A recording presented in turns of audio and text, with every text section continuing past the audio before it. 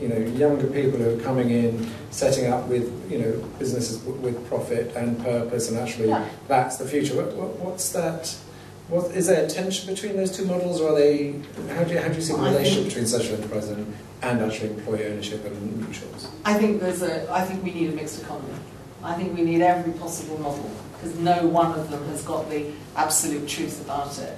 And we also need to be able to learn from each other. So the PLC needs to be able to learn from the family firm needs to be able to, you know, the class system in our economy, you know, actually militates against learning and sharing. So you've got the CVI with the big boys, you've got the Federation of Small Business. They, you know, I work with both of them on a daily basis. They very, very rarely link.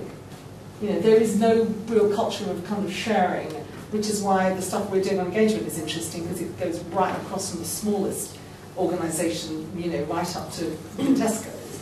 And we're trying to encourage people to learn and to share, you know, so that you know, you get meetings around the country where non-competing organisations can go in and look and see what people are doing. So it's a kind of culture of learning.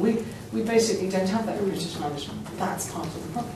Okay. Sure. I think that's no, just a comment to that remark. I think that's absolutely right. If you look at all the areas in Europe, the Ruhr Valley, Lombardy, Catalonia, where you actually have small businesses that do well, the key characteristic, they have different ways of organising the state, lots of different architecture, but the key thing they do is they build relationships between small business. Nothing in our architecture, nothing in our mix means that any small business should ever talk to any other.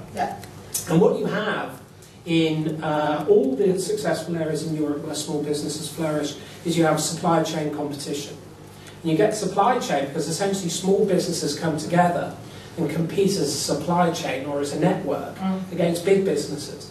But all small businesses in our country are isolated on their own and they compete foolishly against other small businesses rather than who their real competitors are. And if I can just say, I think it is a shame that the good regional development authorities were lost. Some of them were awful, I accept that, but some of them, the really good ones, like the one in the northwest, and actually the West Midlands, were outstandingly good at developing networks of small businesses, and there were projects like Lancaster University's LEAD programme and others that were really helping. Now, there's no reason why the LEPs shouldn't do this. The trouble is, it takes 2 or 3 years for them to start operating and rebuilding, and then the wheel's going to be reinvented again, presumably, you know, potentially. So, I mean, Philip's absolutely right. That kind of networking is not ingrained in our culture, but we're doing our little best on the employee engagement front to kind of make that happen. Okay. Sharon, what's your... Well, I mean, just to first of all pick up on this point about business networking, it strikes me as very much true as well. I mean, I ran an event recently in my constituency called Get Eastern Branch Working, and the purpose of which was basically to try to make available easily to particularly small businesses, although there were some large businesses and employers that came along as well, what was actually available if they wanted to take on staff, you know, youth contracts, you've got the wage incentives, how do apprenticeships work, you've got the all the different kind of bits of the system, which, you know, if you're Asda or Greggs, then you've got a department that works out how that works. Whereas if you're, you know, if you've got 4 employees, you probably just don't even have time to be aware that it exists. And so by having a breakfast meeting where, you know, folk came along and had a bacon roll, then, you know, there was an incentive in all of these places. We had Job Centre Plus there, we had the training providers there, to be able to ask the questions, have a few presentations. But what was almost the most powerful thing about it was getting some employers who had taken on apprentices, and we got someone who was a small company and someone who was a big company, to then talk about their experience of how it was beneficial for their business, and actually then got a couple of the apprentices to talk about it as well, which was incredibly popular. And but what was surprising was how they clearly didn't have that kind of experience very often. And I mean, obviously LEPs are one way that could happen in England, and certainly I think chambers of commerce have got a role to play in this as well. And you know, in some areas they're very active, and in others they aren't. But it does seem that there's almost a suspicion of sharing information about things like that where there doesn't need to be. And Jo, just on the key question, we're looking at sort of actual. So that's all too good, but also what we're looking at is, you know, what's the structural changes in the economy, and how does employee ownership, so how can employee ownership actually help in in actually changing the whole nature of what business success can look like. So what would you say around Well, I mean, the Deputy Prime Minister gave a speech back in January about the benefits of employee ownership, and it got sort of widely written up as the John Lewis economy, which is often, I know, slightly frustrating for those who are involved in the employee ownership community, if you like, because within the wider public perception there is an issue that people are aware of John Lewis, which is at least a good thing, because it's something that they can connect with. But it's not just John Lewis, and there's lots of different models in terms of how it can work. And there was a follow-up summit in July, and of course we had the Nuttall review to actually come forward with a proper analysis of what are the barriers to employee ownership and what can be done about them, and falling into three main categories: a lack of awareness of what employee ownership is, what the benefits are, lack of resources to support that. So if somebody does want to be interested in it, what do they actually do? How do they actually get the advice and support that they need? And then some of the complexities around whether it's the legal system, regulatory system, sometimes around the sort of the tax system as well, whether or not the things that need to be done there. And so the government will be producing a response to the Nuttall review in the autumn, and is very generally, obviously thankful and grateful to Graham Nuttall for his work, and keen to promote this agenda. Now, I think it's important to say, as some kind of panacea that this solves all ills, but this is only about 2% of our economy, and if you look at other countries it's significantly more. I think, as Nita said, it's sort of seen as a bit lefty wherever. I mean, it's certainly not seen as mainstream, a bit quirky, that's a bit different, and it's not going to be 100% of the economy, but yeah, it probably should be more than 2%, and there is some evidence that shows that certainly on the index that Graham Nuttall's firm has put together, that these employee-owned companies tend to outperform the stock market in general terms. Now, of course, it is quite difficult to unpick from that how much of that is because of the ownership bit and how much of that is because of the engagement bit. And I certainly think that there's obviously aspects of, if you are a partner in John Lewis, then you just feel slightly different. In terms of your motivation, that whatever the amount of money is that's going to come back to you, in your engagement with that customer, you are feeling that you are part of the ownership of the company. But if you had that without the engagement, then I don't think for a second you would be getting anything like the results that we do get. So I think it is important to talk about both employee ownership and engagement together, and I'm thinking that Nita's going to like my speech tomorrow in the conference floor. But there are, you mentioned social enterprises, and whether that's the next big thing and the latest buzzword that we should all be having fringe meetings about. We've got the cooperative movement with its very proud and strong history, which I went to an event about earlier in conference, and indeed I had a breakfast meeting about social enterprises this morning. And it's a bit boring actually in a fringe meeting. I'm sorry that I agree with you all what Nita said. I think you need a mix, and the government has talked a lot about rebalancing the economy, and I think that is in lots of different ways. That is in terms of north and south, and as an MP from Scotland, I feel very strongly about the overarching focus on London and the South East, and if it doesn't happen in London, it's deemed not to happen at all.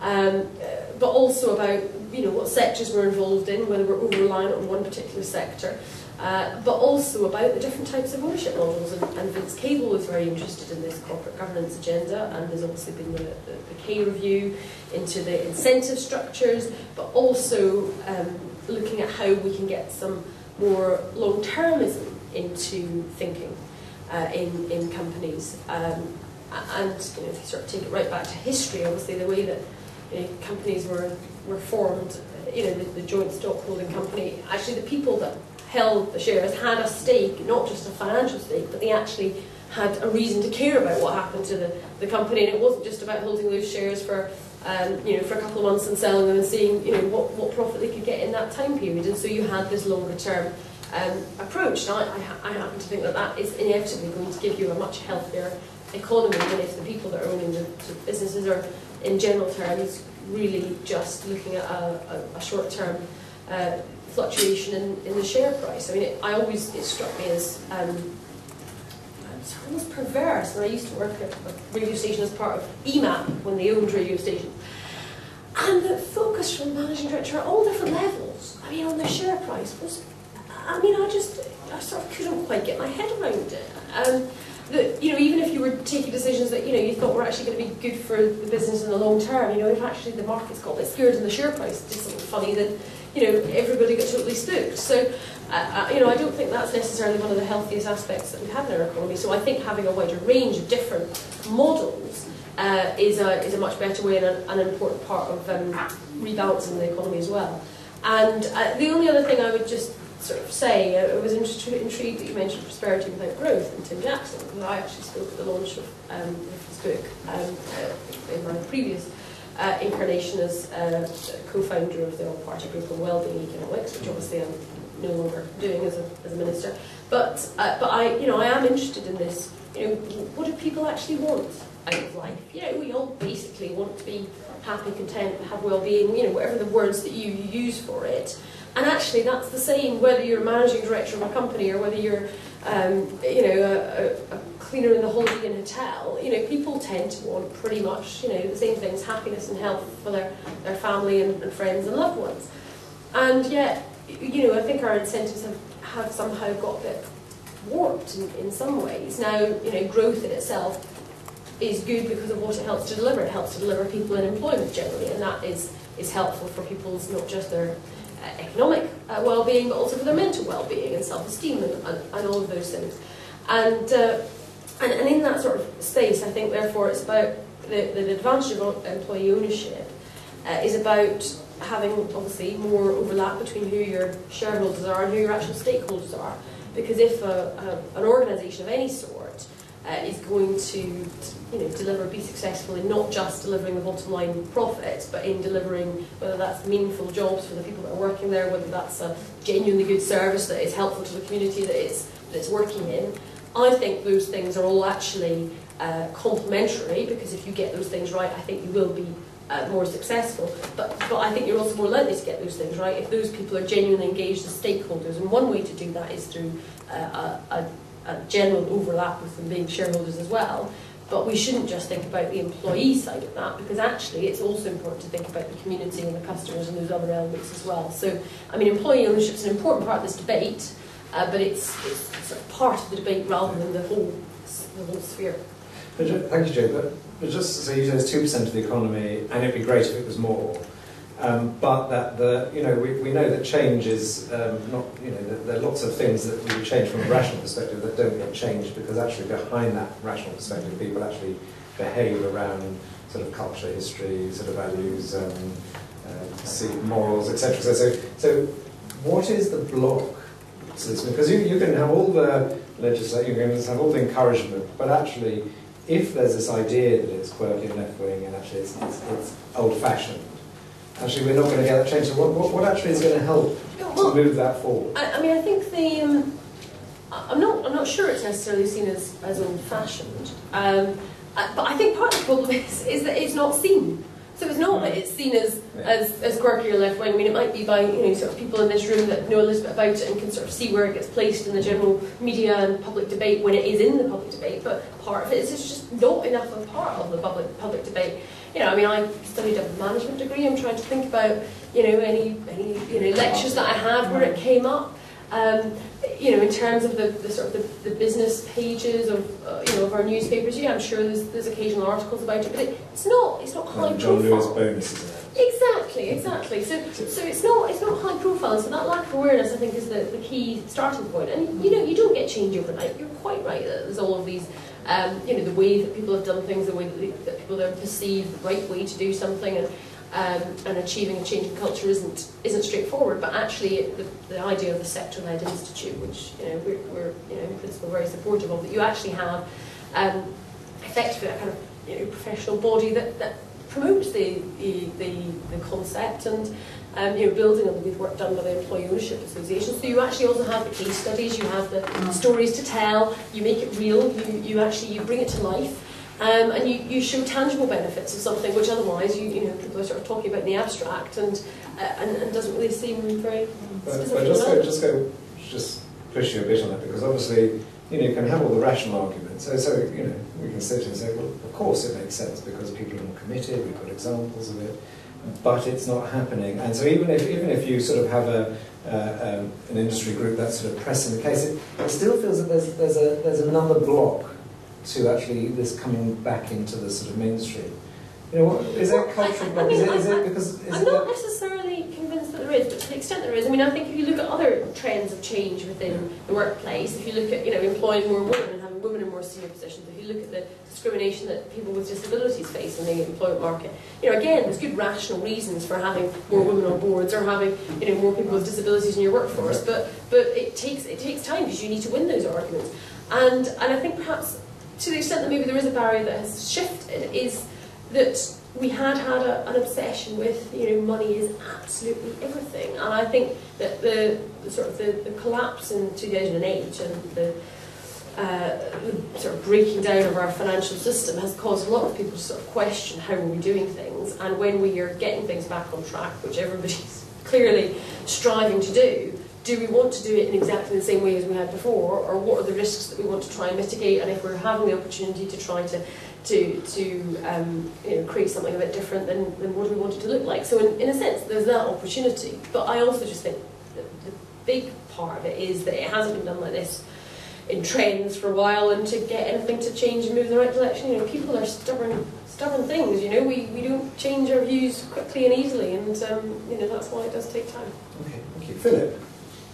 Yes, I mean, I'm with Joe. I'm in a position of agreeing with everything that's been said on the panel. And I also think it's important, you know, to give thanks to an acknowledgement to the Liberal Democrats for pursuing employee ownership. If they weren't in government, I doubt we'd have had the Nuttall Review.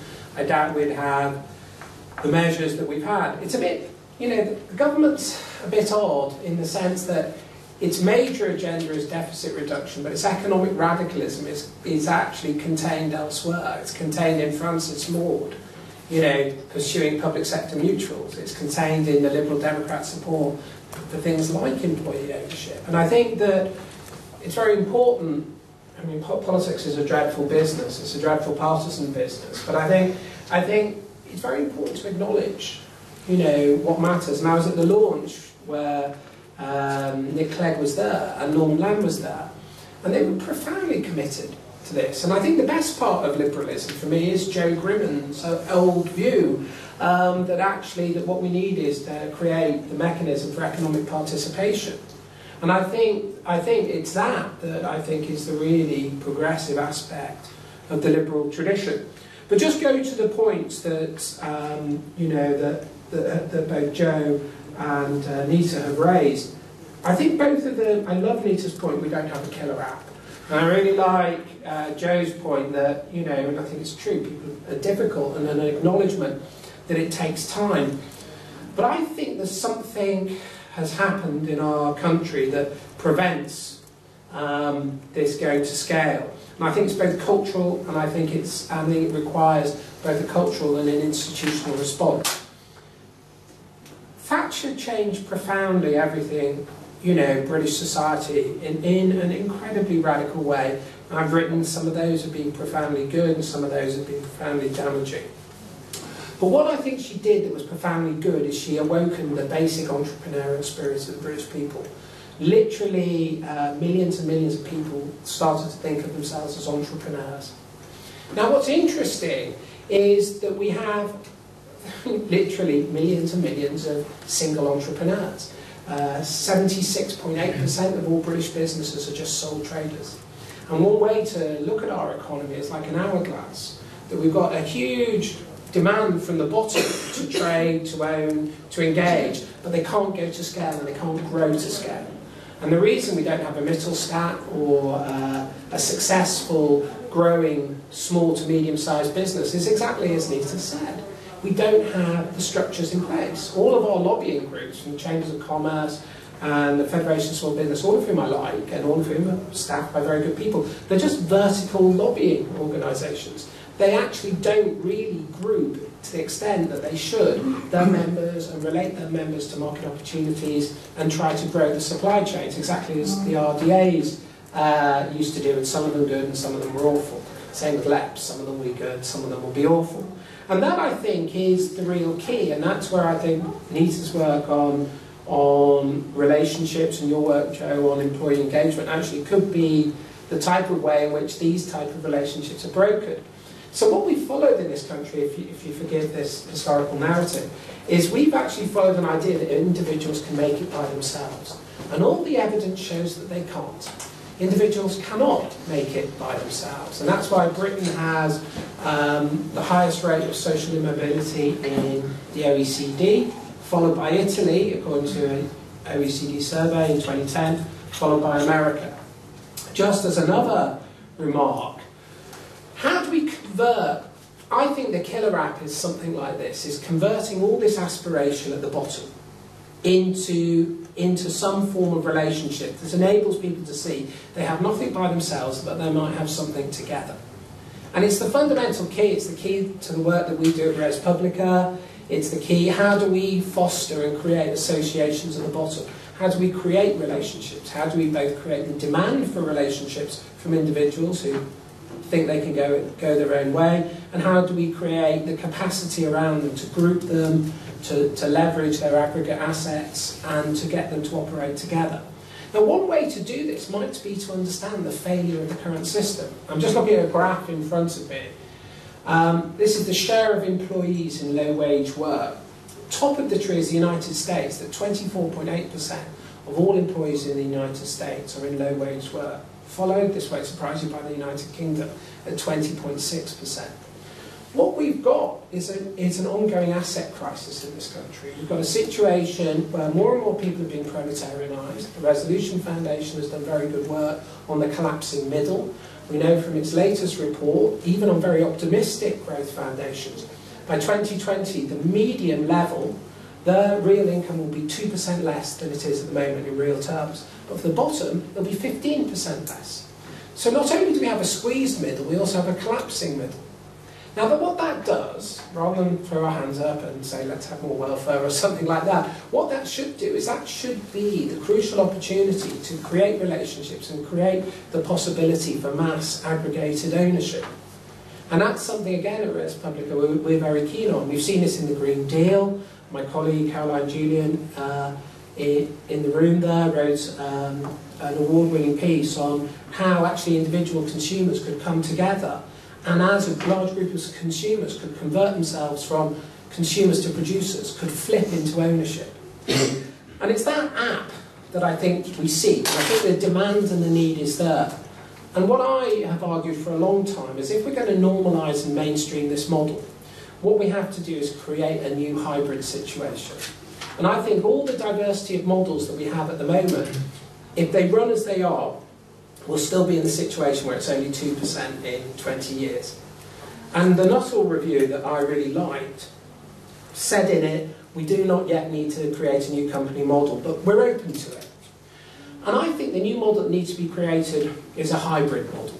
That we need to create a situation where cooperatives can access wholesale and normal capital. We need to create a company model where you can give a mutualised return or a cooperative return to one portion and a standard profit return to another portion. Under the current company rules, you can't do that.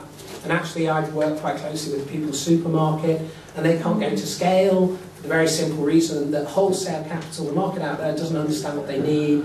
They're an industrial providence society, they find it very difficult to lend to it, etc. So what we have to do is somehow aggregate all the normal models and create, if you will, some way in which it can clip on to other company models. And so very simply you can say, for the cooperative members of this business, or the mutual members, we'll give you a mutualised return. For the rest, we'll give you a private sector return. Now, Circle Healthcare, who can't be here, when they floated, and what their measure is, and again, we have to give acknowledgement to the government and to the Liberal Democrats for letting this happen, when they actually said, we're going to let nurses and doctors take over the health service in a cooperative model. In order to do that, they had to invent their own specific vehicle to float on the stock market. With the director having a golden share, and in effect saying to private sector capital, we'll give you 50% of the company, but the other 50% of the return we'll share amongst ourselves. And there's nothing on the company shelf, if you will, to create that hybrid model. Now, I think if we created a hybrid model, that in some sense finance was easy, what we could do is group people and then link them to capital. Now, at the moment, when you start a business, most people have to mortgage their homes or put their homes up as assets or personally guarantee overdrafts. Now, if we could create a business sector or a way of building people's relationships together such they didn't have to do that to start a business, then these are the type of, that's, in my view, is the type of killer app. Making it easy, making association, because association in this country is more difficult. It's not easier, it's more difficult. It's really difficult to get together with people and to work out a company structure and then to raise money for that company. And until we can, in some sense, make it easy, and I think hybridity is the easiest way, just linking them together, we're not going to do it. And so, just to bring these remarks to a point and to agree with those on the panel, I think unless we do this, we're entering a very, very, very frightening world. And if you look at the trends in the world and the trends of globalization, it's an increasingly proletarianization of people. The reward to skills and those at the top of the income distribution will increase. The returns to those at every other level will decrease.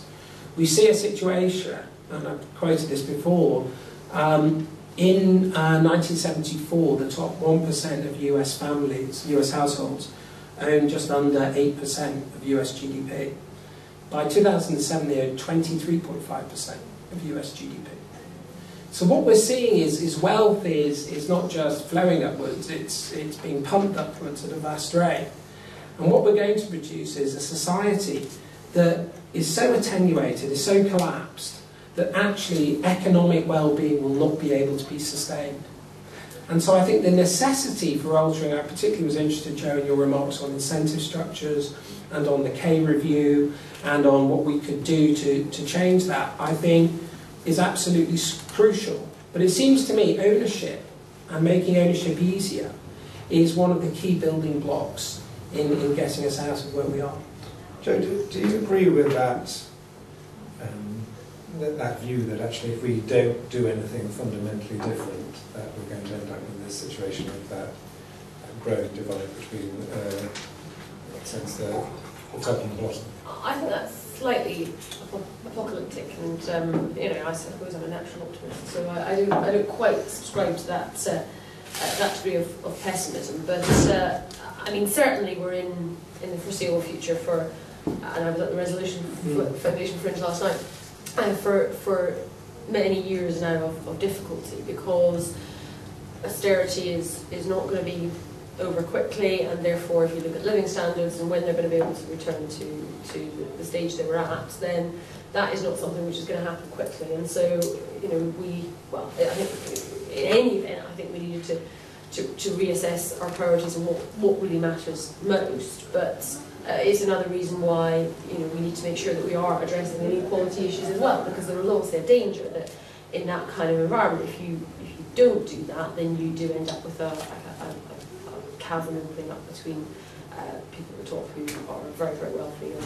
and a growing group of people at the bottom who have a very hard existence indeed. I thought Phillip was slightly brave at a Liberal Democrat conference saying that individuals couldn't make it by themselves. I absolutely think that we need to encourage people to be able to work together, and the state has an important role in facilitating that and in supporting the individuals. And if you look at things like our pupil premium policy, then that is exactly designed for that end. We would not take a sort of laissez-faire approach and just say, well, just everyone to it, and individuals can, those that will fly and those that won't.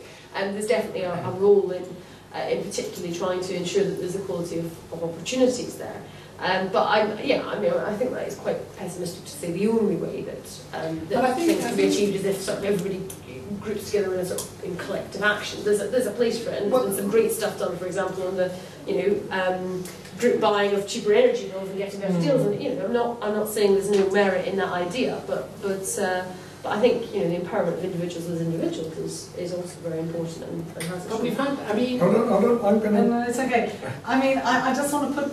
I want to say, look, there is the bigger picture here, which is how is the UK economy, 20 years going to sustain itself? The rest of the world does not owe us a living. is the truth of the matter. And unless we can produce goods and services that other people want to buy, I don't care if you're into pre-distribution, redistribution, or anything else, there isn't going to be a lot to distribute. Now, there are some I understand the point about unrestricted growth, and I can see the pressures here. But the truth of the matter is, the real challenge facing any government, and it is a difficult one, because the tradition of trying to pick winners is a very hard thing to do, and I have quite a lot of sympathy with a view which says, well, government simply plunging in and deciding, it's quite complicated. But the truth of the matter is, the UK economy we really need to get settled up here.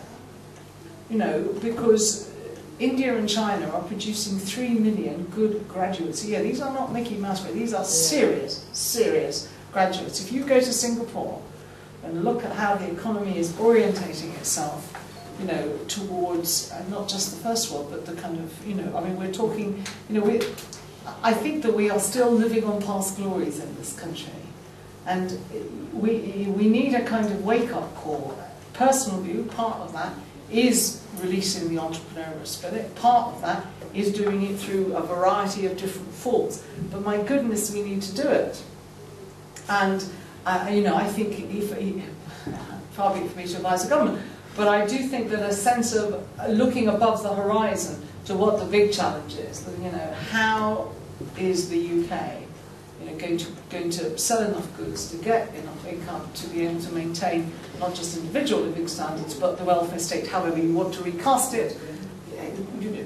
That really absolutely is the challenge. And I think that this debate also needs to locate itself in that. And also just in terms of, we'll talk about, specifically employee ownership. Do you, because we're talking about sort of, in a sense, individuals coming together, small businesses, but obviously a lot of, British business is already existing, established large businesses. Do you see sort of employee ownership becoming that established business should be actually looking at their models and saying, actually, we need to actually share this wealth with employees and actually share that ownership? Or actually, do you think this is just around sort of small businesses, new business coming into fruition? What? Well, let's be honest. Large multinationals, there are issues. They do think about bonuses. They do think about aspects of sharing some of the proceeds of growth. It's not that it would be a caricature to say that it's simply the people at the top creaming off. It's not. If you work for Tesco, if you work for other organisations, you do get a bonus. However, having said that, I do think that there are huge disincentives that happen if bonus schemes are wrong. I think there are issues around pay, which is that if you work in a team and only some members of that team get rewarded because of the way the management organises, I think there are huge disincentives that can happen, and I am strongly of the view that you need to think about reward systems in the context of engagement and not just of reward. And I think that there are some challenges around that. And just one, because I don't want to bring the audience, but what's your view on that whole idea of what Phillip was saying, that hybrid model, where actually, I agree with that. Actually, the problem is not just so much the principle of it, but the problem is actually access to finance is absolutely critical. With Ali, it's a shame Ali isn't here because he waxes lyrical on the real challenge of trying to invent a model that would allow him to bring in private equity, and the strain that has now caused, and is causing the organisation, because they are conflicting priorities going on here. And it is a very big challenge, because an organisation like Kingerbrook Hospital, that's investment for the long term. That's not going to give you the reward, necessarily, particularly quickly. So it is a real problem. And I should have said something, about the national report, because I think, again, like the report that we did in terms of mutual spin-outs, I think it was a very helpful contribution to the discussion. Okay, and Joe, again, just on that point about access to finance, you're getting that not just in the UK, also in the developing world, where you have the big funds who are looking for big opportunities, but actually you can often have smaller enterprises who just don't have access to funds, that the financial players are not interested at that level.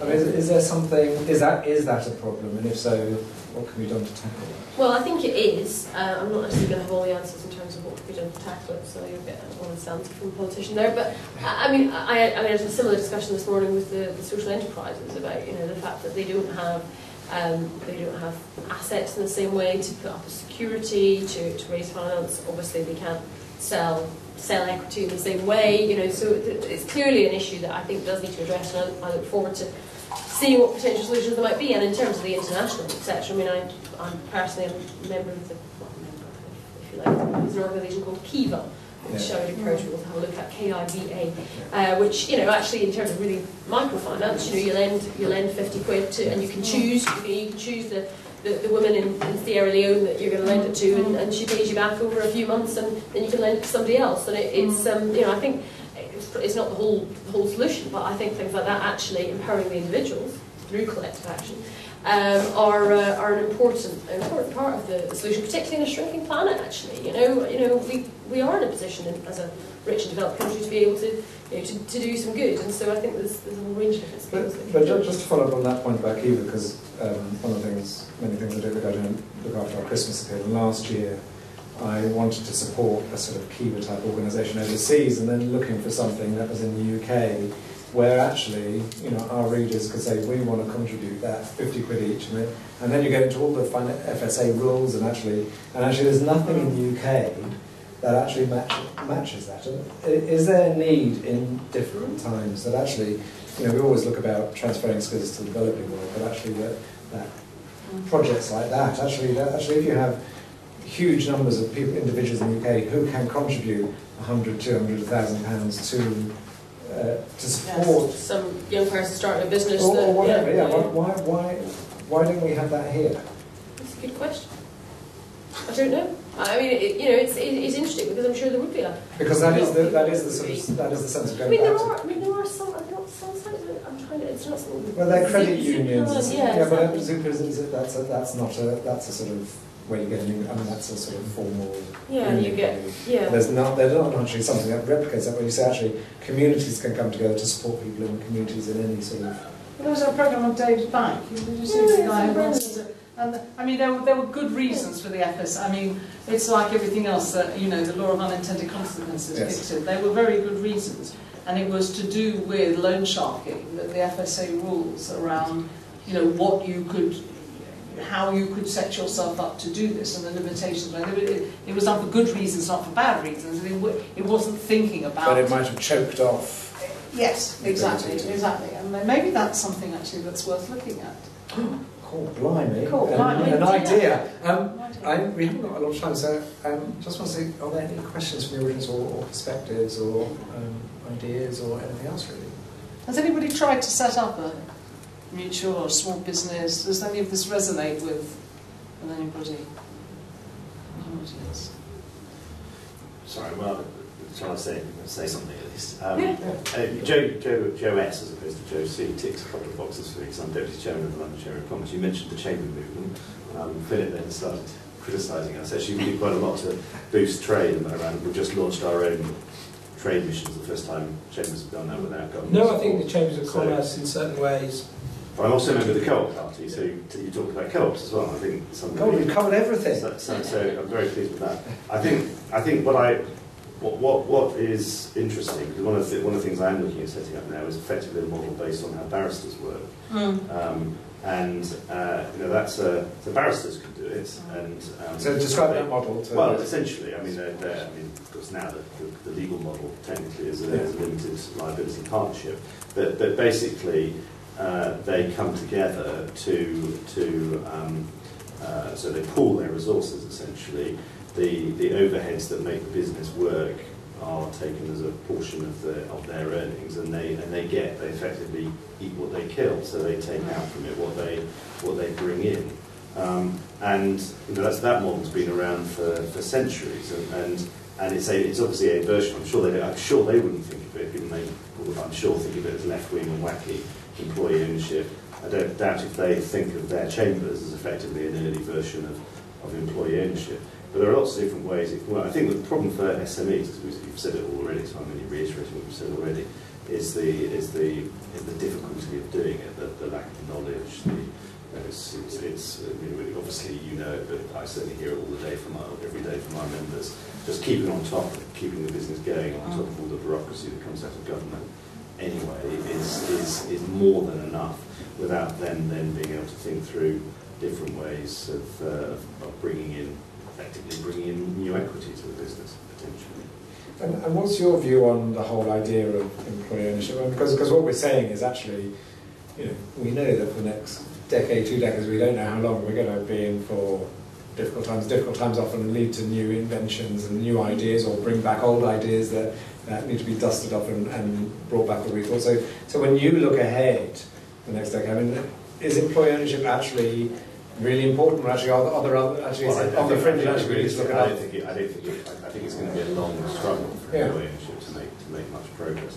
The issue that I was turning around in my head when you started addressing it as well on the panel is, why hasn't it happened? If it is so wonderful, if it does, it does produce greater returns, exactly. You would expect in a relatively free market economy like ours that it would happen automatically. And I suppose, because I hadn't really thought it through in that way, that the constraints on ownership, in other words, joint ownership between shareholders and employees, the restrictions on that strike me as a reasonable constraint, and how you get around that. I mean, I don't know if it's possible to do it as more joint ventures, so you have a joint venture between an employee ownership company and a company owned in the traditional way by shareholders.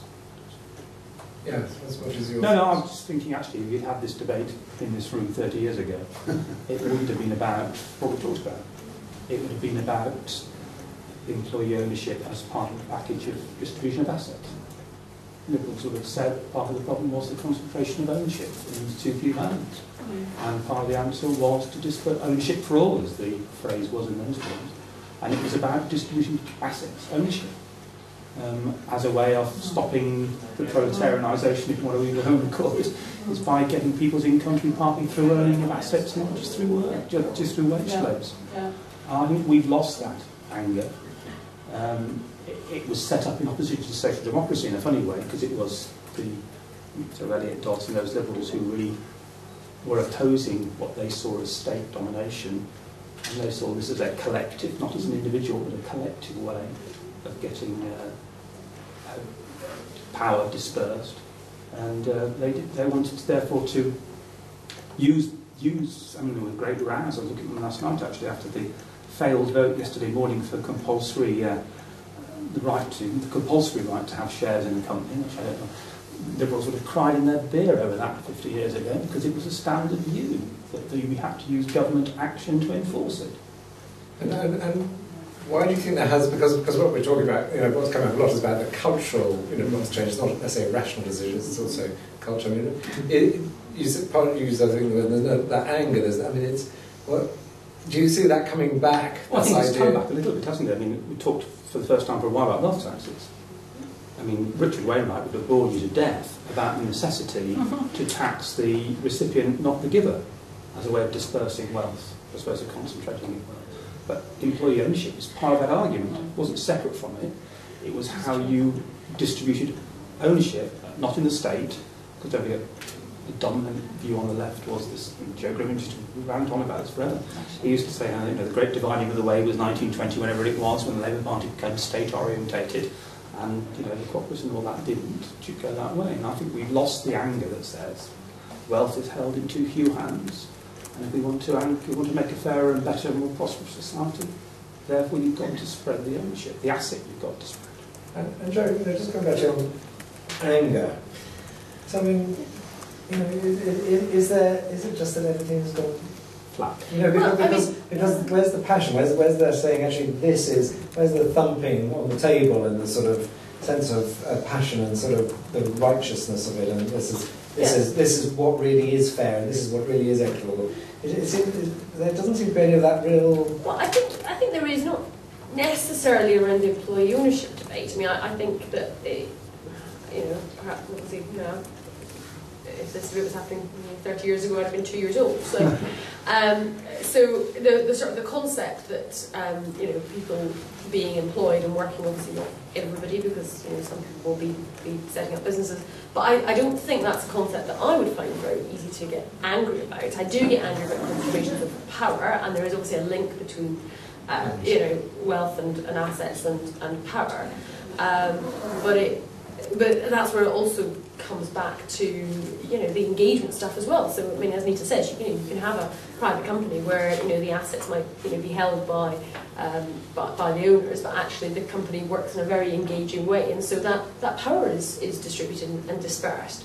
So I would say that is where part of the anger is. But yeah, I think also in the resources that around the wealth tax issue. I mean, we saw the whole conference theme is about fairer taxation, which goes to the heart of that. People are angry that people at the very top are not paying their fair share, and that is something which during times of boom years and economic growth there is much less anger about, but that is very much an undercurrent around the current distaste, whether it's for any authority figures actually, whether it's the politicians or the bankers or the media or whatever, that there is that great feeling actually of injustice in society. Okay, I'll come to you also, Nita. I just want to say, I think for the first time in a very long time, there is a space to have this conversation, to really think some of this through. And I don't think any political party necessarily thinks that they've got the total answer on this. And actually the historical baggage that each of the three parties sort of takes with them. I think that we all have an opportunity here to cast some of that off and really think through some of these difficult issues. Because I very much take the point that you made, which is about the distribution of assets. And so when the last Labour government had the idea that every child would be given, birth would be given, I mean, that was it wasn't going to change the world overnight, but it was a sense of absolutely that you needed to spread, you did. And that's where, again, I'm not saying this out of part of political prejudice, but that's where I think there is a kernel of something interesting in the pre-distribution argument, which is to say that actually, okay, yes, of course, taxation and fair taxation has this, but actually, if you can work through a system where both the assets and the income are more fairly shared before you get to the tax point, then actually, in a way, burdening fairness totally on the taxation system is quite difficult, because it does have perverse incentives. I mean, there are issues about overtaxing entrepreneurs and so on and so forth, and it's pointless pretending that they're not. So, again, I would have thought actually that agenda is not that different from what you just said, which is about sharing assets. I wouldn't myself use the term pre-distribution, but I mean, I think that the point is that the situation now is very extreme. It's very extreme, and the evidence, Joe, supports pessimism. It doesn't support much else. If you look at wage stagnation in the United States, unskilled labourers earn more in the 1970s than they do now, and increasingly other skilled workers are now entering that same stagnant economy. There are long-term trends licensed by globalisation that does create the type of crisis that I'm talking about. And the reason it is a crisis, and not something that one can ideologically brush off, is because there isn't really an easy way out of it. Now, this crisis hit, by the way, in the late 70s, the early 80s. And one of the reasons we have a massive debt explosion is because people's wages weren't able to sustain a standard of living. That's why we had the massive expansion of debt. And return to wages as a proportion of capital has been declining since 1968. So what this means is wages are delivering less and less. People took on massive debts that now we're deleveraging over. But it's even more extreme than that, because the returns to winners are accelerating away from everybody else. By the age of 7, the least intellectually able child in the richest echelon has outcompeted the most able child in the poorest echelon. We're even getting to a situation where these disparities are writing themselves into human psychology and human biology. So much so that actually character is now becoming a class issue. And if you define character in terms of concentration and resilience, ability to get up after a knock and ability to concentrate, that's now showing direct causation to social economic starting points. So what I'm trying to suggest to you is What's that mean? That means that, for instance, if you're poorer, you can't concentrate as well as children from richer backgrounds. But also, if you're defeated, if your resilience is much less. So if you get knocked back, you don't get up, you kind of give up.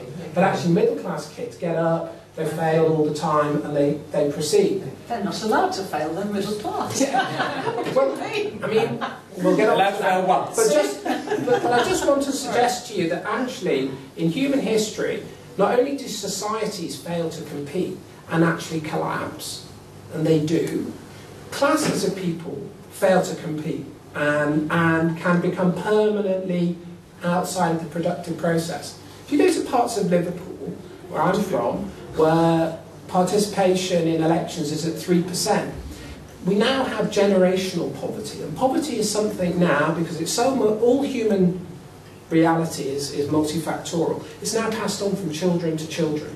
We know postcodes are the best predictors of a child's outcome. So we're already in the crisis situation, Joe. And I think all the evidence supports that. And what I'm trying to suggest is actually these trends are continuing, right? They're not dampening, they're not lessening, they're increasing. Now, where this goes is somewhere very, very extreme indeed. You know, and it reaches a tipping point where it can't sustain itself. So, for instance, in the United States, over 50% of the population is now reliant on government, on some form of government aid or welfare, up from roughly a third. And what this happens now, because businesses don't pay tax, they offshore, and if you do a graph of the percentage of tax paid by business, it does that. If you do a graph of the percentage of tax paid by wage workers, it does that. We're reaching all sorts of tipping points where we're being left behind, because educational attainment, for instance, in the United States, has stagnated since 1975. And this means we're not even in a position to skill ourselves up. And again, counter your point, actually the evidence suggests that by and large as a rule, predominantly and for the most part, individuals can't help themselves. They need structural conditions in which to facilitate mass progress. And individual goods and social goods are linked. And I think employee ownership, employee relationship, the type of things that we've been talking about are foundational. They're not the only answer, but they're certainly part of a foundational answer, because the way we tackle the crisis there's never a golden bullet, but there is a whole ecosystem. There's an ecosystem of approach. And this is a crucial part of that ecosystem. The other one, for instance, is, and this is something we'll be working on at ResPublica, is a complete change in our educational system. All the evidence shows that the returns to labour can only be increased if we massively upskill our labour. Now, as I said, in the US, the great boom where people did well is because each year, in terms of educational advancement, they advanced by 2.5 years every year. Since 1975, they've advanced roughly by a month. And when you compare that to Southeast Asian economies, they're advancing every year 2 and 3 years. Sometimes this gets so big you can't help people. And that's where I fear we're getting to a situation, there's break points, where actually gaps get too big. So I think unless we have this systemic recognition of the danger, and don't ignore it, and unless we have a systemic approach, we won't cure it. So you thought it was being pessimistic before that? Yeah, no idea. Now how do you feel? Yeah, well, depressed. I'm not suggesting that the state doesn't have any role in facilitating it. I explicitly said that it does, and I think the key and most important thing actually is through education, as you said, and the obviously bits of that aren't working. The statistic you used about, the 7-year-olds will be familiar to every Liberal Democrat that's heard Nick Clegg make speeches, absolutely this is key, because that. I represent a very middle-class, affluent part of Glasgow, and life expectancy is literally 10 years lower just across the railway line, educational attainment and everything else. And it's a whole host of factors, and it's about everything. I was at the NUT stand today, nominate your favourite children's book. My mum's just retired as a teacher, but she was teaching in a primary school in the deprived part of Western Bartonshire.